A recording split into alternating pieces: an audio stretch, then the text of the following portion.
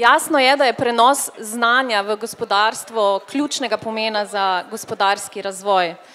Pri tem se pojavlja vprašanje, kako to speljati tako, da je ta zadeva čim bolj trajna in da je speljana na dovolj veliki ravni. Začnimo z vami, gospa Stres, lep pozdrav.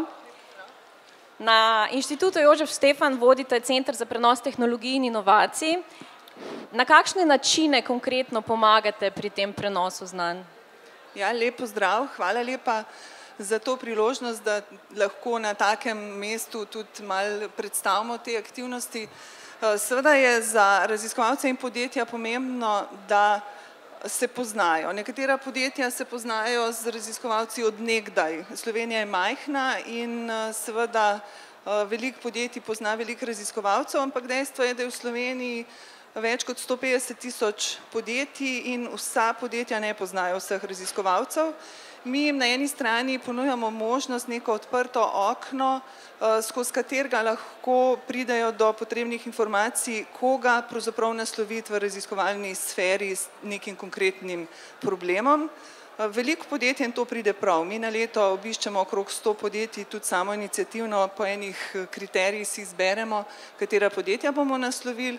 In poskušamo locirati skupne raziskovalno-razvojne tematike, predvsem v podjetjih, ki z nami še niso bila predhodno v stiku. To je en segment našega dela, po drugi strani pa nudimo predvsem raziskovalcem neko možnost, da začnejo dovolj zgodaj razmišljati o upravljanju s svojo intelektualno lastnino.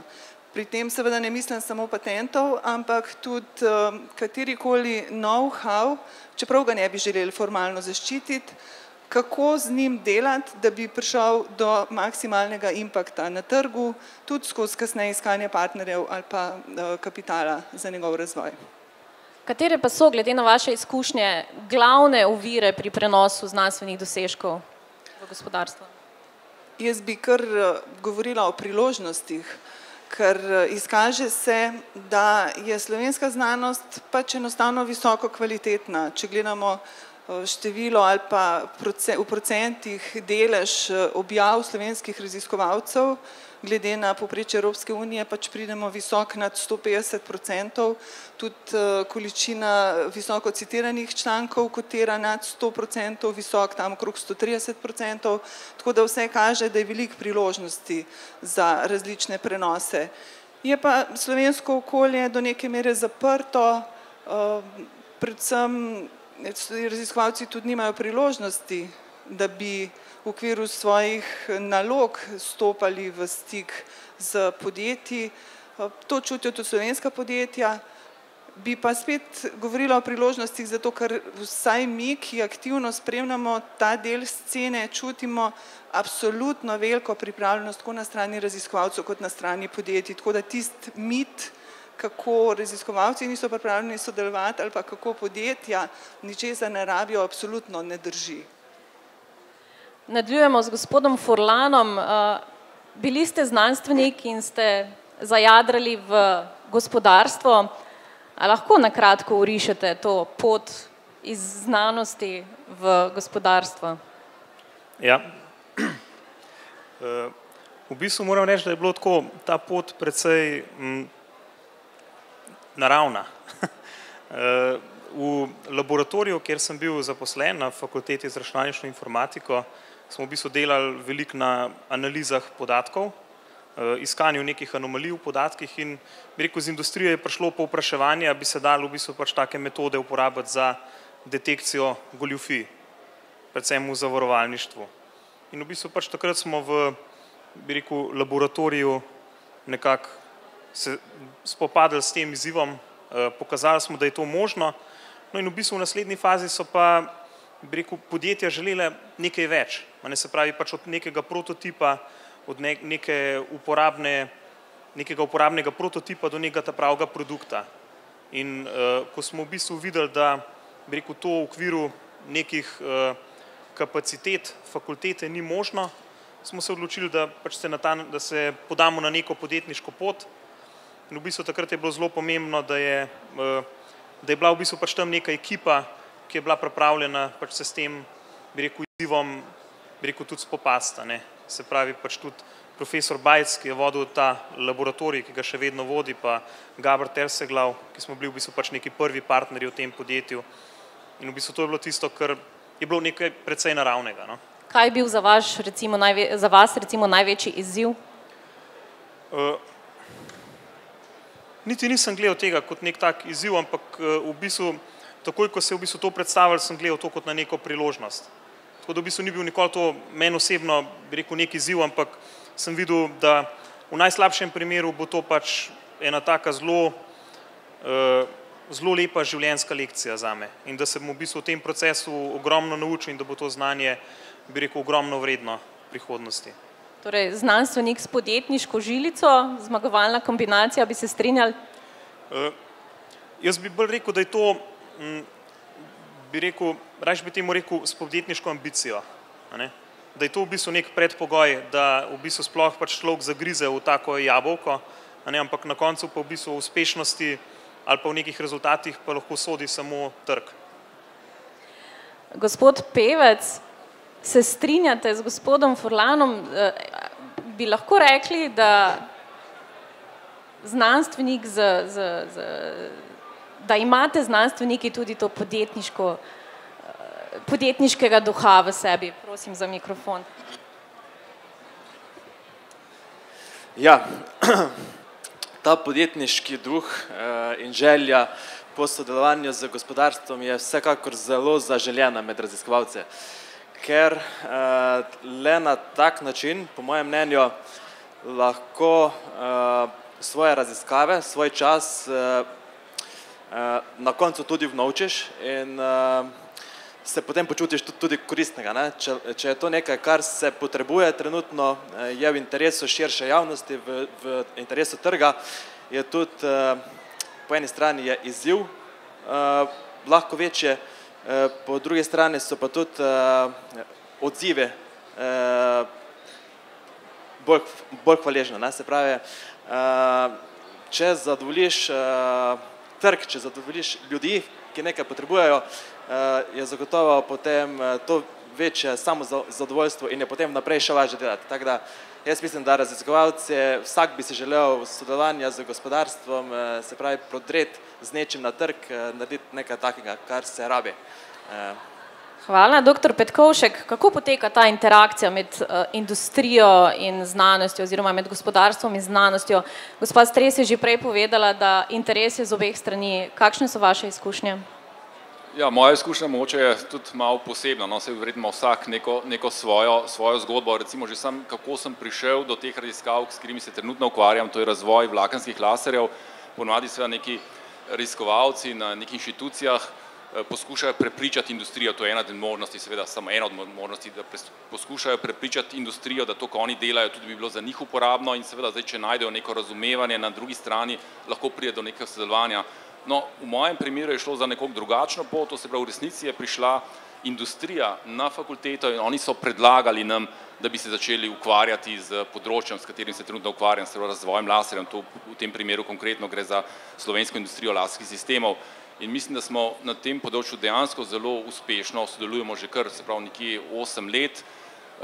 Uspešno sodelovanje lahko na enostaven način merim na ta način, da financiranje raziskav v našem primeru gre za to, da imamo verjetno okoli polovico denarja pride direktno z industrije. Se pravi, seveda še vedno so deleži, ki jih dobimo z recimo strani, predvsem ARS, Slovenske raziskovalne agencije, zelo pomembni, pa vendarle je denar, ki ga dobimo za industrije, za nas še posebej pomemben, ker saj meni da neko potrditev, da delamo res stvari, ki so uporabni, ki jih industrija potrebuje, kar je verjetno tudi namen nas, ki delamo na aplikativnih projektih, seveda drugo so bazične raziskave. Samo v našem primeru mislim, da je to zelo pomembno in rad bi to res še enkrat poudaril, ta poudarek, da je pač te ARS projekti, aplikativni projekti, s katerimi so nam dejansko omogočili, da to začnemo, so bi rekel, kar ključnega pomena. Seveda potem je pa tudi zelo pomembno samo sodelovanje, kako poteka, ni dovolj, da je pripravljeno samo na eni strani, nekako na obeh straneh je treba biti precej razumevanja. Gre za popolnoma drugačna, različna okolja, industrija ima ene težave, drugačne, seveda oni so, mogoče z denarjem, s financami so delajo drugače kot pri nas na fakultetah, pa ne da bi rekel, da pri nas ne pazimo denar, daleč od tega, ampak vendarle seveda oni so vezani na nekoliko drugačne, imajo poglede vse na to in je to tako sodelovanje, rekel, zelo občutljivo in tudi treba seveda ga nekako graditi in zelo paziti na tako zadevo. Doktor Bele, kaj pa pravijo vaše izkušnje, kaj morda najbolj pogrešate pri prenosu znanja v gospodarstvo? Zdaj, mi seveda že dlje časa se ukvarjamo na inštitutu, to se pravi, imamo ogromno pogodb tudi z podjetji in seveda sodelava, to se pravi nekako ta prvo zbuditi zaupanje, da v bistvu podjetja, ki k nam pridejo, da nam zaupajo, to se pravi, to je kar nekaj časa trajalo, da je v bistvu se to zaupanje spostavilo, da bomo dejansko nekaj naredili.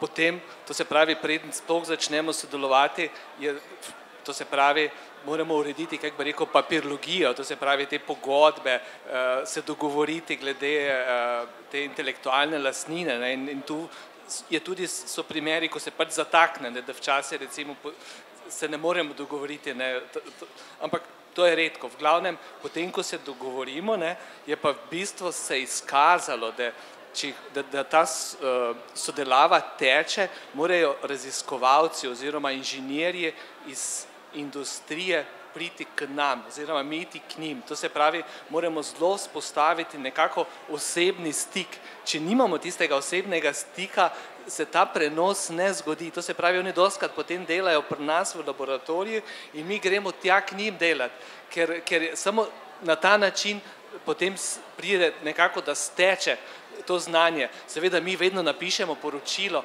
ampak poročilo samo ni dovolj. Dovolj je v bistvu tista izkušnja, ki se mora zgoditi in to recimo, to v preteklosti toliko nismo vedeli. Recimo, to nas nekako potem pri nas, se mi zdi, da nas dela uspešne in seveda na inštitutu imamo tudi ta moment, recimo je 60 študentov, ki delajo doktorate in veliko od njih se potem tudi zaposli nekje v industriji in seveda oni so nekako, kako bi rekel, so naši, to se pravi, se potem vedno po znanje vračajo nazaj. Tako da v bistvu tu imamo nekako zelo pozitivno izkušnjo. Omenili ste intelektualno lastnino, tudi gospa Stres je malo pred tem govorila o patentih. Gospod Pintar, z vašo rešitvijo tudi nameravate vstopiti na svetovni trg in pred vstopom na ta trg je seveda zavarovanje intelektualne lastnine zelo pomembno vprašanje. Zanima me, kakšne izkušnje imate na področju zavarovanja intelektualne lastnine, kako ta zadeva poteka?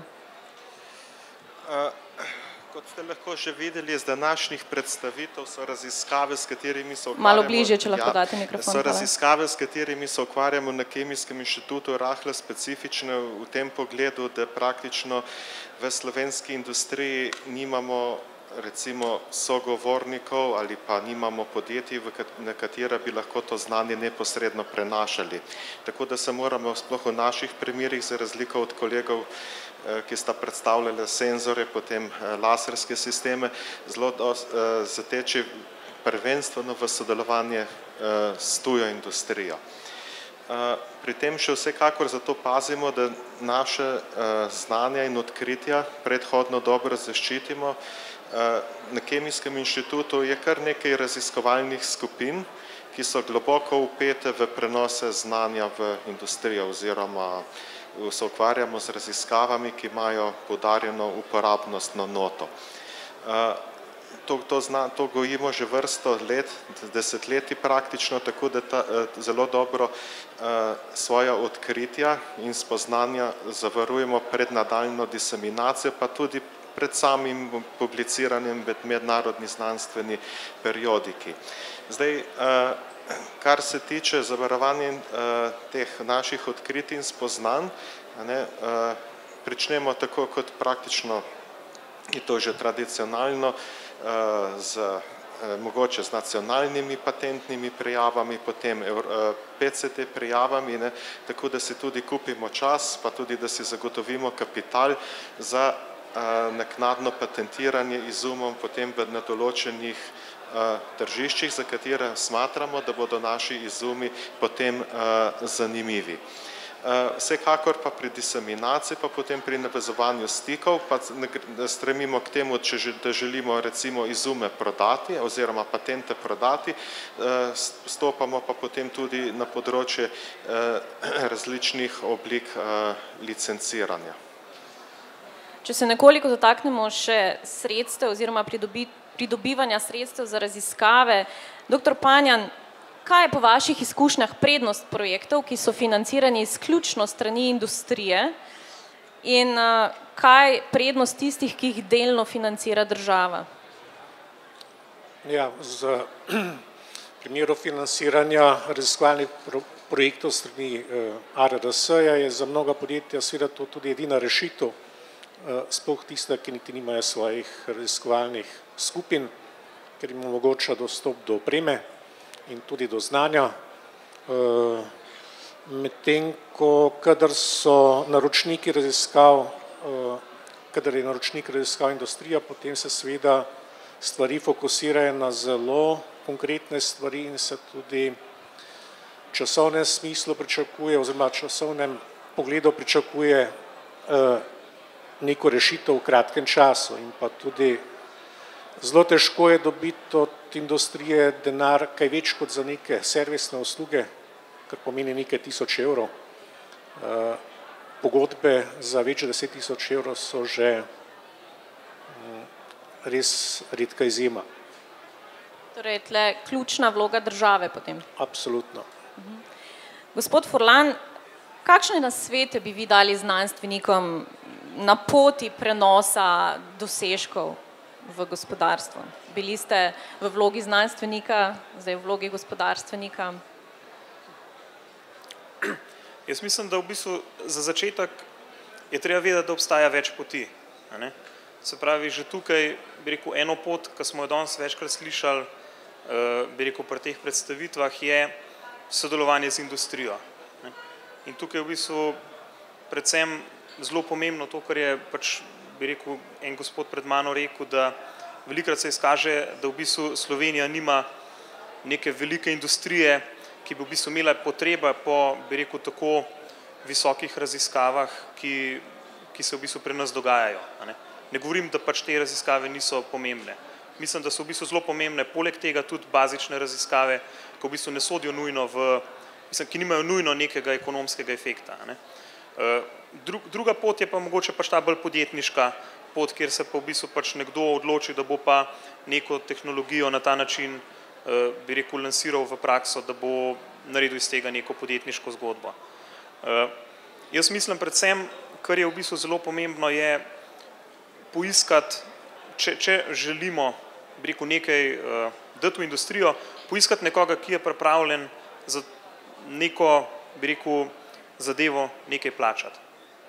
Ker v bistvu na koncu pač, če obstaja nekje trg, če obstaja nekje nekdo, ki je pripravljen za nek produkt nekaj plačati, potem v bistvu imamo pač nek prvi higienik, nek prvi faktor, ki že v bistvu nakazuje na to, da v bistvu je v tej zgodbi nekaj potencijala. Tako da jaz bi rekel, da je to sigurno pač, bi rekel, nekaj, kar je treba prvo iskati. In gospa Stres, še drugače obrnjeno vprašanje za vas. Ali bi lahko podali nekaj ključnih priporočil podjetjem, kaj naj storijo za čim lažji pritok znanja v svoje okolje? Zdi se mi zelo relevantno to, kar je povedal kolega pred mano.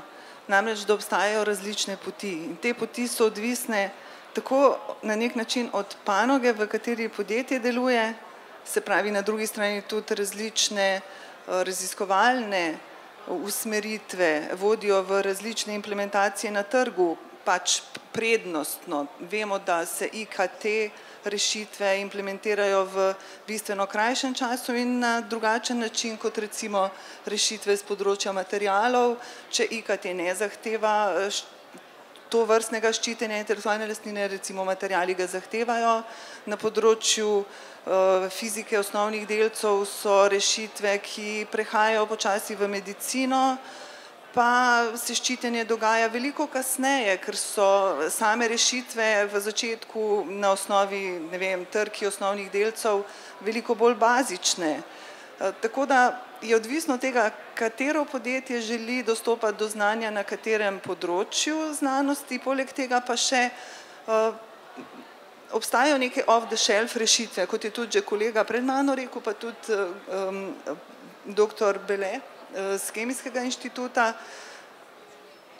Znanje se prenaša v veliki meri skozi ljudi, skozi študente, skozi doktorande, skozi skupno delo v skupnih laboratorijih med industrijo in raziskovalno sfero. Po drugi strani pa, če imamo lepo zaokrožene kose znanja, jih lahko prodamo, lahko jih licenciramo, če menimo, da so dovolj blizu trgu, lahko ustanovimo odcepljeno podjetje in poskušamo na trg lansirati končen produkt.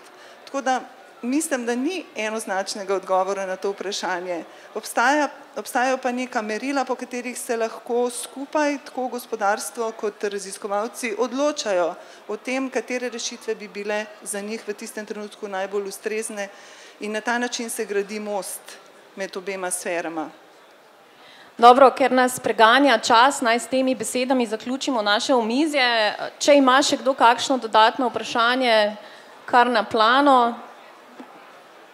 Če pa ni, pa se sogovornikom in tudi poslušalcem zahvaljujem za pozornost in za vaše prispevke v imenu Agencije za raziskovalni razvoj.